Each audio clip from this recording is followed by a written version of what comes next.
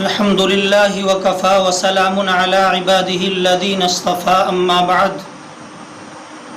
برادران وطن، یہ اگست کا مہینہ چل رہا ہے اور 15 اگست بہت ہی قریب آنے والا ہے، اور ہم 15 اگست کو یوم جمہوریہ مناتے ہیں، اور اس دن ہم اپنے ان مجاہدین آزادی کو یاد کیا کرتے ہیں جنہوں نے اس ملک کی قربانی میں اپنا حصہ لیا۔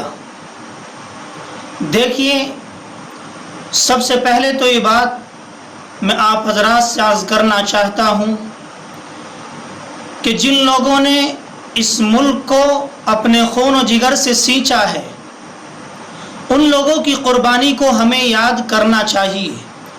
ان لوگوں کی قربانیوں کو ہمیں لوگوں کے سامنے پیش کرنی چاہیے، تاکہ لوگوں کو یہ پتہ چلے کہ جن لوگوں نے اس ملک کو سنوارنے میں اور سجانے میں اپنا خون اور پسینہ بہایا ہے، اور وہ لوگ بیچارے اس دنیا سے چلے گئے، لیکن ہماری یہ ذمہ داری بنتی ہے کہ ہم ان کی قربانیوں کو یاد کریں، ان کے کارناموں کو لوگوں کے سامنے پیش کریں۔ ہم یہ بات اچھی طرح جانتے ہیں، اور اس بات کی تاریخ شاہد ہے کہ جب ہمارے پیارے وطن میں انگریز آئے اور ایسٹ انڈیا کمپنی نے یہاں اپنا جال چاروں طرف پھیلا دیا، اور ایسٹ انڈیا کمپنی نے پوری مضبوطی کے ساتھ یہاں کام کرنا شروع کر دیا، تو ایسے وقت میں کہ جب انگریزوں نے یہاں پر اپنی حکمرانی اور اپنی منمانی کرنی شروع کر دی، تو اس وقت میں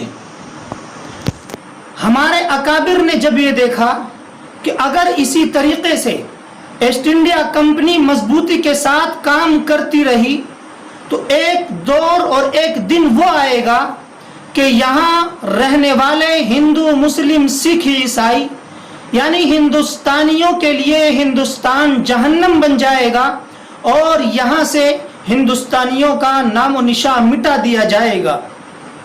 لیکن یہ بات بھی یاد رکھنی چاہیے، سب سے پہلے جس نے آواز اٹھائی وہ اکابرین علماء دیوبند تھے۔ شاہ عبدالعزیز محدث دہلوی نے سب سے پہلے فتویٰ دیا تھا کہ انگریز کی فوج میں بھرتی ہونا حرام ہے۔ جب آپ نے یہ فتویٰ دیا تو ملک میں رہنے والے اور بسنے والے ہر انسان کے دل میں ایک آزادی کی چنگاری اٹھنے لگی، اور جگہ جگہ آزادی کے شعلے بھڑکنے لگے۔ چنانچہ جنگ آزادی کی ایک پوری تاریخ ہے، لیکن آج میں آپ حضرات کے سامنے اس مرد مجاہد کا تذکرہ کرنا چاہتا ہوں، اس عظیم شخصیت کا تذکرہ کرنا چاہتا ہوں جس کو تاریخ مولانا جعفر تھانیسری کے نام سے جانتی ہے۔ مولانا جعفر تھانیسری ایک اتنی عظیم شخصیت ہے، آپ نے جنگ آزادی میں نہ جانے کتنے کارنامے انجام دیے ہیں۔ آپ کو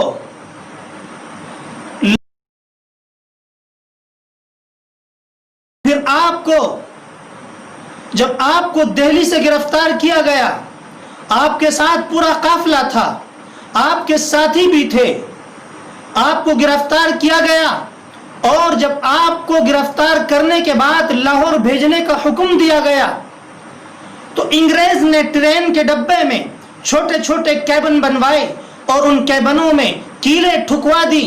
مولانا بیان فرماتے ہیں، جب ہمیں گرفتار کر لیا گیا، جب ہمیں ٹرین میں بٹھا دیا گیا، اور جب ہمیں لاہور کے لیے روانہ کر دیا گیا، تو ہمارے لیے یہ تکلیف دہ سفر تھا، اور یہ تکلیف دہ سفر تقریباً 2 مہینے میں جا کر کے طے ہوا تھا۔ جب ہمیں گرفتار کر کے ٹرین میں بٹھا دیا گیا، ہمارے پاس نہ کھانے کے لیے کچھ تھا، نہ پینے کے لیے کچھ تھا، اور ٹرین جب چلتی تھی، جب ٹرین جھٹکا لیتی تو وہ کیلیں ہمارے جسموں کے اندر گھس جاتی تھی، ہمارے جسم سے خون بھی بہتا، پیپ بھی بہتا، ہمارا پیشاب بھی وہیں पखाना भी वही, न खाने के लिए कुछ है न पीने के लिए कुछ है। चुनांचे तकलीफ दह सफर तकरीबन 2 महीने में जाकर के पूरा होता है। जब आप वहां जाकर के उतरते हैं, वहां जो जेल का इंचार्ज था वो अंग्रेज बहुत बड़ा जालिम था। चुनांचे उसने हुक्म दिया, ये मुल्ला बहुत आसानी के साथ सफर तय करके यहाँ तक आ गए हैं, चुनांचे इन्हें सजाए मौत दे दी जाए। आपको सजाए मौत सुना दी गई। जब आपने सजाए मौत की खबर सुनी, जब आपके कानों में ये आवाज आई कि हाँ हमें सजाए मौत दे दी जाएगी, आप हंसने लगे, आपके चेहरे पर मुस्कुराहट आने लगी कि हमें शहादत नसीब हो जाएगी, हम अपने मालिक हकीकी से जा मिलेंगे। चुनांचे जब अंग्रेज ये देखता है, इनके चेहरे पर तो हंसी है, इनके चेहरे पर तो खुशी के आसार नजर आ रहे हैं। वो उस जेल के इंचार्ज से जाकर के कहते हैं, चुनांचे वो तो हंस रहे हैं। अंग्रेज कहता है, अच्छा अगर वो हंस रहे हैं तो हम इन्हें हरगिज ऐसी मौत नहीं देना चाहते कि जिस मौत से ये खुश नजर आते हो, जिस मौत से इनके चेहरे पर हंसी नजर आती हो। चुनांचे एक अंग्रेज को हुक्म देता है कि आप जाइए और जा करके उनकी दाढ़ी को काट दीजिए। वो एक अंग्रेज जाता है, कैंची हाथ में लेके चुनांचे आपकी दाढ़ी को काट देता है। मौलाना अपनी दाढ़ी को हाथ में लेकर के रोने लगते हैं और वो अंग्रेज ये पूछता है, जब कल आपको फांसी की सजा सुना दी गई थी आप हंस रहे थे, लेकिन अभी तो कुछ भी नहीं हुआ है, चुनांचे अभी तो दाढ़ी काटी गई है, आप रोने लगे, क्या वजह है? मौलाना बयान फरमाते हैं कि मैं इसलिए रो रहा हूं, ये दाढ़ी मेरे प्यारे हबीब सल्लल्लाहु अलैहि वसल्लम की सुन्नत है। आज तक मैं इतना बड़ा हो गया लेकिन मैंने आज तक इस दाढ़ी पर कैंची नहीं चलाई है। मैं इसलिए रो रहा हूं कि ये दाढ़ी मुझसे पहले शहीद हो गई। होना तो ये चाहिए था कि इस दाढ़ी से पहले मैं शहीद हो जाता। चुनांचे अंग्रेज ने आपको न सजाए मौत दी, न आपको कोई और तकलीफ दी। चुनांचे अंग्रेज ने फैसला किया कि आपको काला पानी भेज दिया जाएगा। जब आपको ये हुक्म सुना दिया गया कि कल आपको जजीरा अंडोमान निकोबार में भेज दिया जाएगा, आपको काला पानी भेज दिया जाएगा, उस वक्त आपने शेर पढ़ा था कि मुस्तहिक़ दार को हुक्मे नजरबंदी मिला, मुस्तहिक़ दार को हुक्मे नजरबंदी मिला, क्या कहूं कैसे रिहाई होते होते रह गई। मौलाना बयान फरमाते हैं, जब अंग्रेज हमें काला पानी भेज रहा था तो अंग्रेज ने साजिश के तहत मेरे बीवी बच्चों को बुलाया, मेरे घर वालों को बुलाया। चुनांचे उससे ज्यादा सबर का वक्त कौन सा होगा जब मेरी बीवी, मेरे छोटे छोटे मासूम से बच्चे मेरे सामने खड़े थे, हमारे हाथों में बेड़ियां थी और अंग्रेज हमारे घर वालों से कहलवाना चाहता था कि आप इनसे कहलवा दीजिए कि हम फरंगी गद्दार नहीं हैं, अगर ये कह देते हैं तो हम इन्हें तुम्हारे साथ रिहा कर देंगे। चुनांचे मौलाना बयान फरमाते हैं, मेरा छोटा सा मासूम सा बच्चा रो रहा था और रो रो कर ये कह रहा था कि अब्बा जान आप ये क्यों नहीं कह देते हैं कि आप फरंगी गद्दार नहीं है और ये कह करके हमारे साथ घर वापस चलिए। मौलाना बयान फरमाते हैं कि मैंने अपनी बीवी की तरफ इशारा किया, चुनांचे मेरी बीवी ने उस छोटे से मासूम से बच्चे को चुप किया और मैंने ये कहा कि अगर जिंदगी रही तो वापस आकर के मुलाकात होगी, अगर जिंदगी न रही तो कल क़यामत के दिन मुलाकात होगी। मौलाना बयान फरमाते हैं कि हमें काला पानी भेज दिया गया, इसलिए बिरादरान वतन ये वो अजीम शख्सियत है कि जिसने न जाने कैसी कैसी परेशानियां झेली हैं।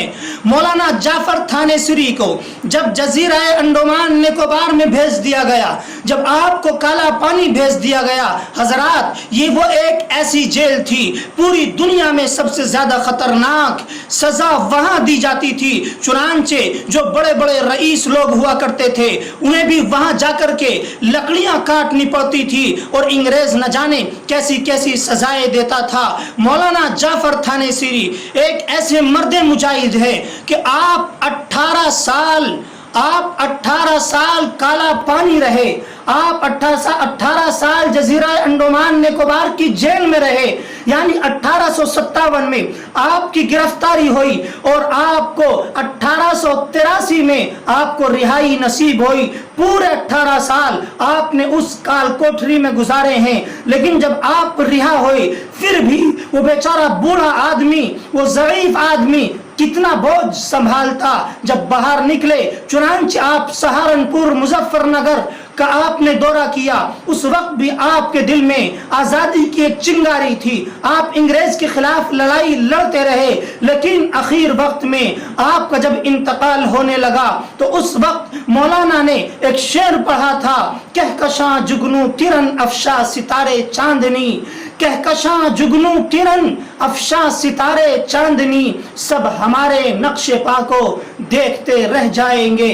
اس لیے حضرات برادران وطن، ہماری یہ ذمہ داری بنتی ہے کہ ہم اپنے اکابرین کی تاریخ کو لوگوں کے سامنے پیش کریں اور ان مسلم مجاہدین آزادی کے کارنامے اپنی قوم کے سامنے پیش کرے، تاکہ ہماری نوجوان نسل، ہماری قوم یہ جانے کہ ہمارے علماء نے، ہمارے اکابرین نے، ہمارے اسلاف نے، ہمارے بڑوں نے کتنی قربانیاں پیش کی ہیں. دعا کریں کہ اللہ تبارک و تعالی کہنے سننے سے زیادہ عمل کرنے کی توفیق مرحمت فرمائے. وما علینا الا البلاغ.